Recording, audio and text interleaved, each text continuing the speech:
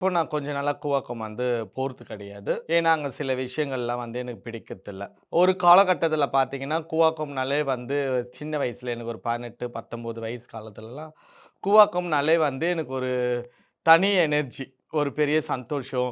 எப்போ அந்த நாள் வரும்? எப்போ போணும்? அந்த மாரிலாம் இருக்கும். அதுக்காக அடுத்த மாசம் கூவாக்கம்னா, நாங்க இந்த மாசமே டி நகர் ஃபுல்லா சுத்துவோம். போயிட்டு சாரி எடுக்குறது, அதுக்கு அந்த நகை எடுக்குறது, அ எல்லாமே ஒண்ணு ஒண்ணா பார்த்து பார்த்து வாங்குவோம். ஏன்னா, அங்க நாங்க போனோம்னா ஒரு 3லேருந்து 4 டேஸ் தங்குவோம். அந்த 4 நாளுமே எங்களோட ட்ரெஸ்ஸிங்கு, மேக்கப்பு எல்லாமே ஒண்ணு ஒண்ணும் பார்த்து பார்த்து செய்வோம். ஸோ இது எதுக்காக நாங்க அங்க போயிட்டு எங்களோட மேக்கப் இதெல்லாம் நல்லா பண்றோம் அப்டின்னா, அங்க தாலி கட்டுற ஒரு ஃபங்ஷன் இருக்குது. அப்போ தாலி கட்டும்போது நாங்க அப்படியே ஒரு மணப்பெண்ணா, ஒரு கல்யாண பொண்ணு போல நாங்க இருக்கணும். அந்த கட்டுற பையனும் எங்களுக்கு மேட்ச் ஆகுற மாரி இருக்கணும். இதெல்லாம் நாங்க சின்ன சின்ன ஆசைகள்லாம் எங்க மனசுல இருக்கும்.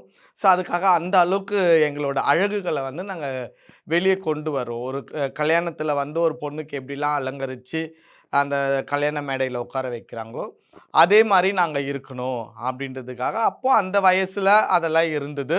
இப்ப எனக்கு 45 வயசு ஆகுது. ஸோ அதெல்லாம் நாங்க போயிட்டு எங்களுக்கு அந்த ஆசைகள்லாம் இப்போ கொஞ்சம் கம்மியாயிடுச்சு. இன்னொன்னு அப்ப இருந்த அந்த ஒரு ஜாலி அதெல்லாம் இப்ப இல்ல. ஏன்னா, அந்த கோவில சுத்தி நெறைய அசிங்கம் பண்றாங்க.